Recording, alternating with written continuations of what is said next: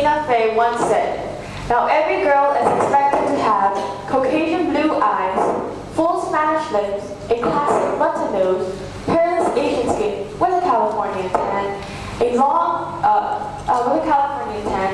a Jamaican dance hall butt, long Swedish legs, small Japanese feet, the abs of a gym owner, the hips of a 9-year-old boy, the arms of Michelle Obama, and doll breasts."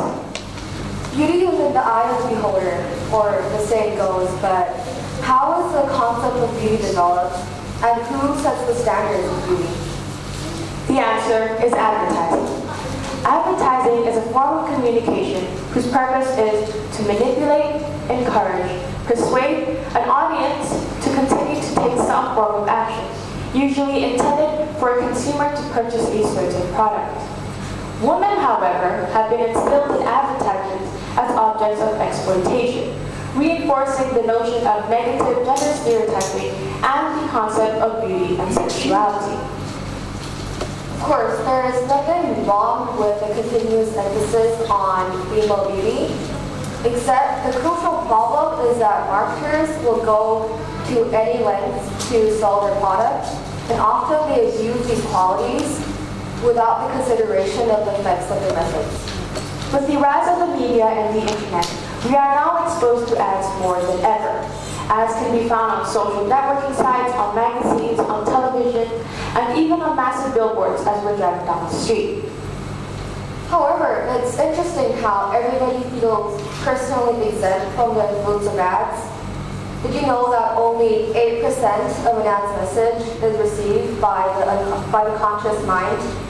The rest is worked and reworked within the subconscious section of our brains. And therefore, the impact of ads are quick and simple, yet very powerful.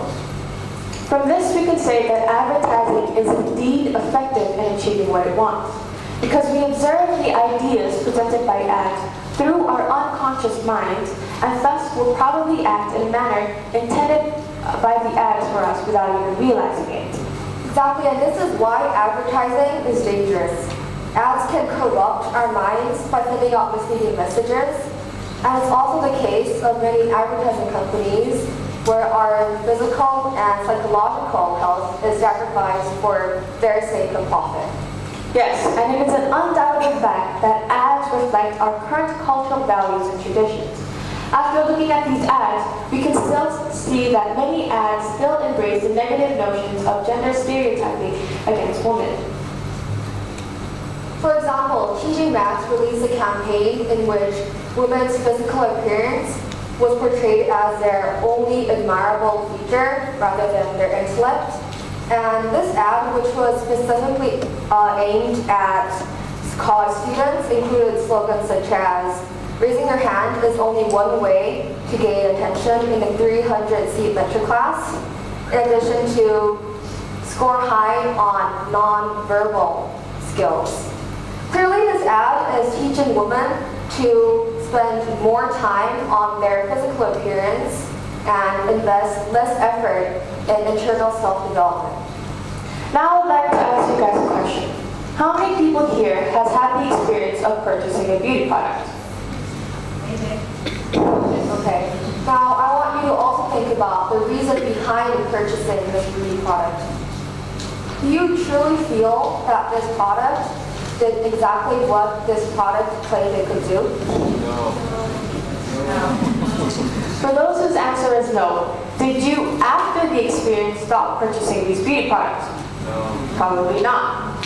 This is because women live in an environment that surround them with images of the ideal female beauty, and most beauty products targeted at women make them feel worthless, offering false solutions for their imperfect appearances. For example, many facial products offer an anti-aging cream for older women. This is basically sending the message that beauty equals to youth. And by losing this quality, women are expected to feel less respected. Ironically, these types of ads are also successful at attracting younger women and even teens. And this is all possible due to the manipulations and persuasions of these ads. This links back to the idea of ads impacting our unconscious part of the brains. And this also proves how powerful constant exposure to these outrageous and unrealistic images are, especially because these unrealistic images has now become the reality women must strive to achieve in order to be respected and loved. The common pattern in advertising companies is that they try to make profit by somewhat instilling fear in women. The fear that they will be treated with contempt and hostility if they do not meet the physical standards presented by those in ads. This is exactly the problem. The ideal female beauty put forth by media and ads is far beyond our reach. It's almost impossible to achieve because this ideal is flawlessness. And external perfection is almost non-existent, and yet many women obsess in attaining the state of perfection. It is impossible for just about everyone, but absolutely impossible for women who aren't Caucasian. It can be seen in today's beauty trends that women of other races are considered beautiful only if they approximate to the white ideal. This is why many women in different countries try to alter their physical appearances to look more Caucasian. For example, this ad that says, your body is a battleground was released by a makeup company. The word battleground can be seen to refer to a woman's physical imperfections, implying that we must fight to attain physical perfections, role modeled by those in ads. We can see that these ads have a very insidious effect on women's self-esteem, and the cult of fitness, for example, is a very serious problem, and yet it's also one of the most common problems found among women, especially in teens. Once model Kate Moss said that nothing tastes as good as skinny heels, a comment that of course sparked a lot of controversy on the net. In ads and everywhere else in the media, girls are getting thinner and thinner with Photoshop to an even more unbelievable degree. This is celebrity Kate Winslet once spoken out about a fashion magazine that altered her photos without her consent, reducing the size of her legs to about a third. By cutting down girls in size, we are indirectly teaching girls to be nothing, to be zero, to disappear and have no aspirations. We are, without even noticing, silencing them. In ads and everywhere else in the media, many ads objectify women by focusing on a certain section of a woman's body. For example, in this Heineken beer advertisement, a woman's torso is turned into a bottle beer, and a man's hand is wrapped around it. Thus, in this ad, a woman is turned from being a subject to an object, but there is obvious double standard applied. Men too are objectified in ads, but there is a clear distinction between the objectification of men and women. When men are objectified, they're portrayed as larger, stronger, more powerful, while on the other hand, women are reduced to fragile, vulnerable, and less powerful. It's also important to notice that men and women don't face the same consequences of objectification.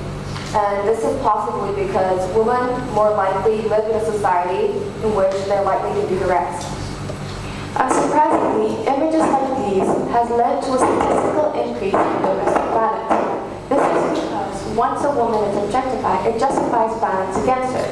And once a person is dehumanized, violence becomes inevitable. It's also amazing how sex is used to sell everything and anything.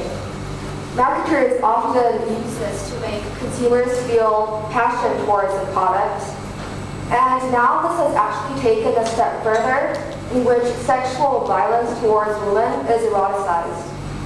Take a look at this Dolce & Gabbana ad. A woman is pinned to the ground by a shirtless man, and while other men in the background are just simply looking on.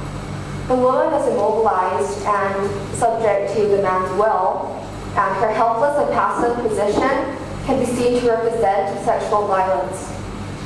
This ad actually, fortunately, has been banned for its direct portrayal of rape. Although the image of men is distorted in ads, it is done in a different way for that it encourages men to be the opposite of that expected of a woman. As a result, a false dichotomy between masculine and feminine quality is created, and the feminine quality is devalued.